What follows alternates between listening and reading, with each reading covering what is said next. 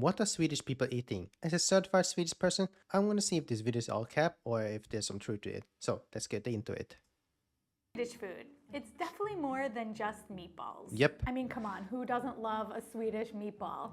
I have no idea what it is. That is so chocolatey and Oh, thick. kladdkaka. My entire mouth is coated in this cake. Kladdkaka is But so what is goated. it actually made up of? Today, I teamed up with 3 of my subscribers to explore 6 different dishes plus a little fika break for us to learn a lot more about this culture's food. Hi everyone, my name is Anna and I live in Linköping in Sweden. Hi Beryl, my name is Henrik and I grew up all around Sweden, but currently I live in Stockholm. Let's go Hi, Stockholm! My name is Robin and I come from a very small town in the southwest of Sweden called Tibro. The first one I've never heard of is that. raggmunk med fläsk och lingonsylt. Oh, which yeah. in English would be savory potato pancake with bacon and lingonberry jam. Bacon is not a necessarily very Swedish thing. This is True. a very traditional way is to have it with pork belly. And lingonberry jam, I think it's kind of hard to describe what it tastes like unless you've actually tried it. It's pretty tart, but also pretty sweet. It's Yeah. a very, very unique taste, I would say. Sweden used to be a very poor country. A third of Swedes actually left in the late 1800s to the US. So we have a long history of Sure. these very simple and hearty foods Yep. that make up our classic cuisine. This looks He described it very perfectly. I feel like Swedish food, from my experience of growing up there, is more function over flavor. It's not like a flavor explosion in your mouth. It's very like gets you up and going, gets you like ready for the day, like makes you like satisfied and feel like, you know, not be hungry. like a classic American breakfast of waffles and bacon. The lingonberry jam True. is a little more Swedish, but it's not syrup. I was expecting the bacon to be inside the waffles. Oh, no, we don't but do on that. top is okay too. This is a big bite.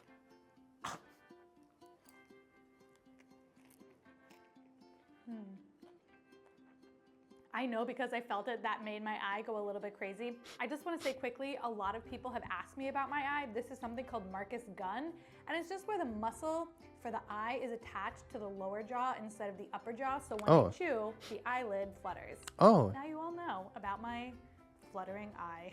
The waffle No, I was is about really to, good like, with the comment about lingonberry that. jam because the lingonberry jam is a little bit more sour. It's actually one of my favorite jams for a while. It was the only jam that I had in my house, so I was using it with everything. The bacon is crunchy and together, obviously, it's a match made in heaven. Bacon and waffles is something I think the whole world can get behind.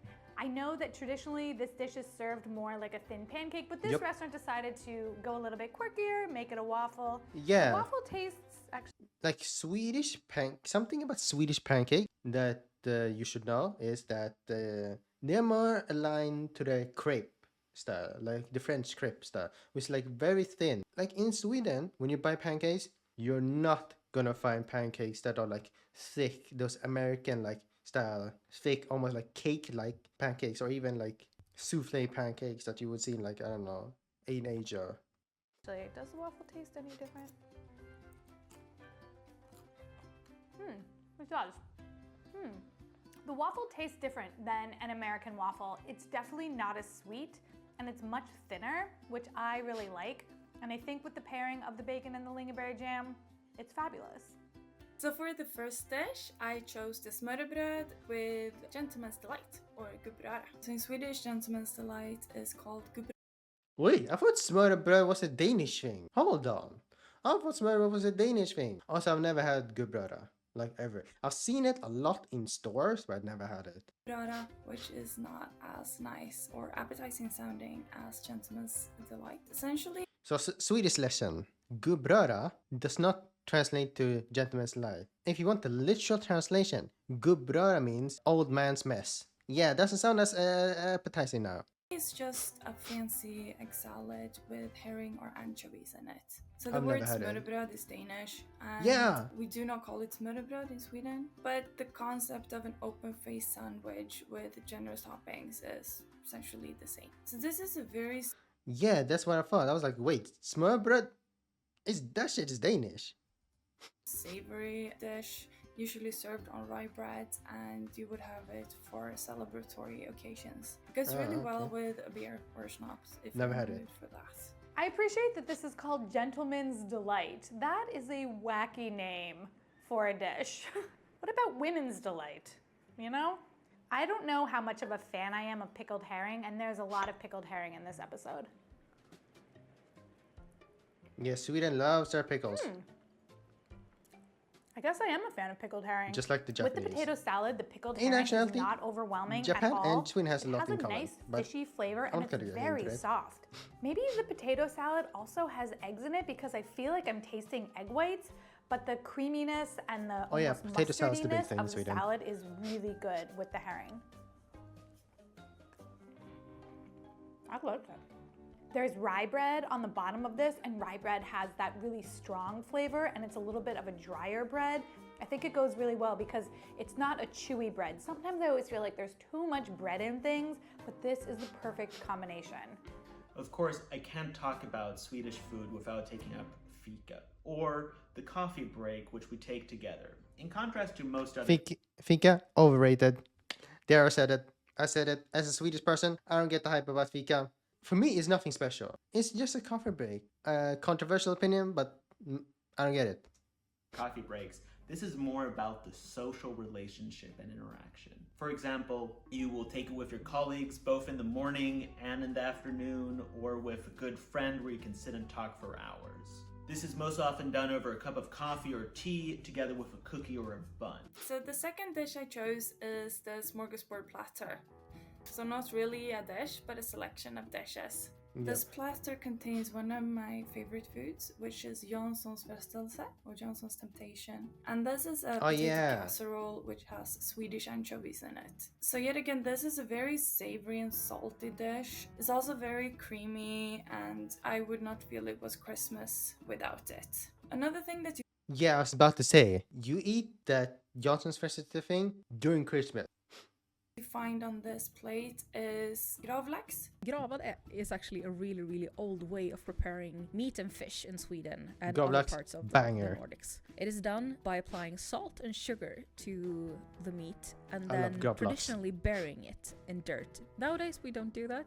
We just put it in the fridge like normal people, and we still keep that tradition going.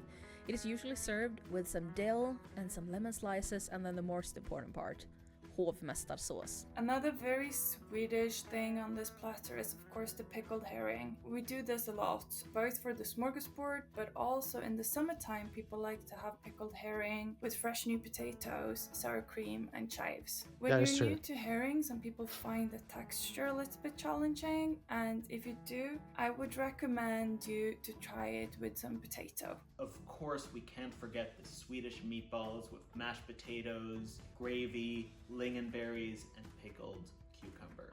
This is not just an IKEA dish. We actually do eat it and enjoy it. If you're in school or even at home, this is something that you have often. My grandmother, who grew up and lived on a farm her whole life, she would make this at least once a week for the whole family. I love a plate Yeah, with I a had- little bit of everything. I had and a this lot has of a lot of meatballs things that growing I up. totally love on it, A and lot. a lot of things that are going to be new to me, which is cool. So we're going to start with the potato casserole. It has this crunchy layer on top that I'm not sure what it is, but my mouth is about to find out. I'm still not sure what it is. I have no idea what it is. It's dry and it's not super crunchy. I but personally it gives a little not bit the of biggest fan of crunch Johnson's with your Fristete, soft potato but my mom casserole. loves it. I like how the potatoes are shredded like hash browns, so you don't have big pieces of potato in your mouth. It makes the whole thing super delicate. Next up, we have the gravlax, which is truly one of my favorite foods in the entire world. My mom makes gravlax at home, and it just blows my mind every time. It has made me think that a salt episode could be really cool to see dishes that are cured with salt around the world. But like, I don't know if there's a ton of them, so let me know. I'm just eating the gravlax on its own because I don't need bread for this. Oh my God. It is so soft and silky, almost like butter in your mouth. Yep. And the mustard sauce pairs with it so well because it has this sweet additional creaminess to it, but it's strong. So it's not just like you're having cream on cream.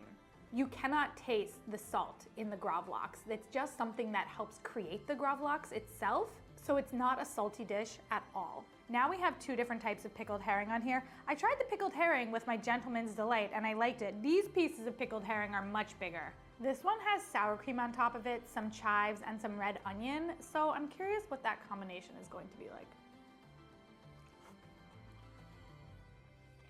Sour cream flavor is actually quite strong because the fat content is so high, and with the briny and slightly sweet pickled herring, it goes really well. It cuts that fishiness out of the pickled herring. This looks like it's in the same mustard sauce that the gravlax was in, and it has the dill, so. It's still nice, but I like it much more with the sour cream. Next up, we have meatballs. I mean, come on, who doesn't love a Swedish meatball? There's a lot of things on this plate that I've been There's a using. lot of I've sexual definitely had my jokes fair could be share of that could be Swedish made meatballs about that, but before I'm not because going to do it. When I was first out of college, my entire apartment came from IKEA, and if you go to IKEA and you don't get Swedish meatballs, what are you doing at IKEA other than buying cheap? True. If you go to IKEA and don't have a Swedish meatball, jail. Just jail. Like, just why? And kind of good-looking furniture.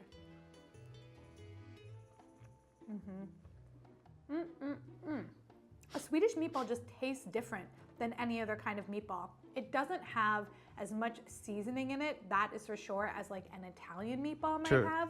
I actually did 2 meatball episodes, and I did make Swedish meatballs in that episode, so there is a recipe on my website if you want to try making them at home. It's honestly pretty simple. I am supposed to try it with this pickled cucumber salad, which is something I've never done before. It's briny, so now I have salty, sweet, and sour. The cucumber salad is really nice. This is a good pickled cucumber salad. Solid, but definitely on the vinegary side. And for your main, I have chosen potatis och purjolökssoppa.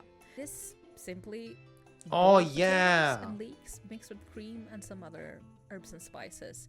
I think the beauty in this really lies in its texture. When it's done correctly, it is velvety smooth and it's just so thick. And I think it tastes like sitting inside during autumn when the rain's beating down on the window and you need Something about potatis and purjolökssoppa. Nah, I only had that in school because my school, for some reason, really liked to serve that a lot, but I've never eaten it at home. But yeah, this brings back a lot of memories. you need something comforting. Swedish love potatoes. That's the taste of this for me.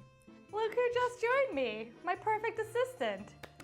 Hello, Asha. Do you want a little piece of bread? Yes, please. Next, we're going to be trying this potato leek soup. It is a thick soup, and I Yeah. do really like a thick soup. And I really like leeks. You can really taste the leeks. They Yeah, offer the that leek kind is of very strong on that oniony one. flavor that's not too strong, because a leek is not the strongest flavor, and then the potatoes are making this creamy. I like the onions on top as well. They're nice, give you a little bit of that caramelized sweetness.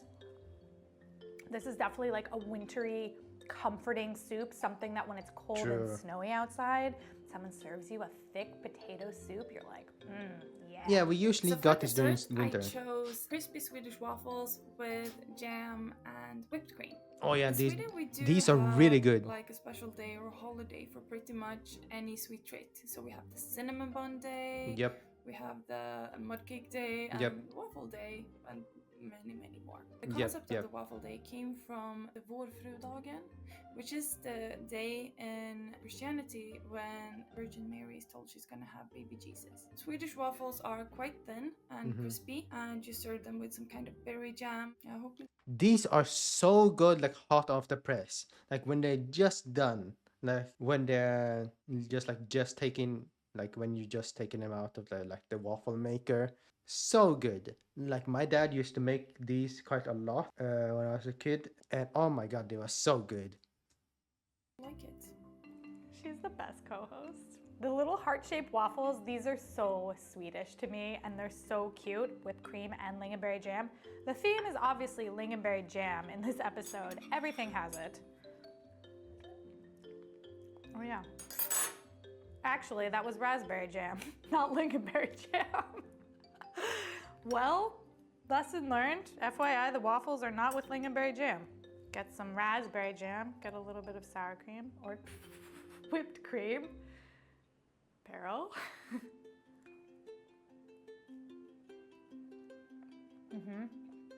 Those waffles are so good. I don't know if it's just because the waffles are in a heart shape, but I also do feel like Swedes do desserts really, really well, which is why we have 2 desserts in this, and pretty much every dessert on the menu was recommended to me when we were going over the order with everybody. So we know that desserts are a part of the culture. Well, like the pancakes, Swedish waffles are on a thinner side, more like the crepe. So yeah, that's why it tastes different. For sure. These waffles, as opposed to the ones that I had with the bacon, are so much softer and a lot sweeter. I mean, it also could be because of the whipped cream and the raspberry jam, but I also feel like it's the waffle. Well, the reason why the waffles are sweeter is because raggmunk is made with potatoes. But yeah, that's why it's more savory, the raggmunk, and like other stuff. Come on, man. I don't even have a napkin. That was the bag.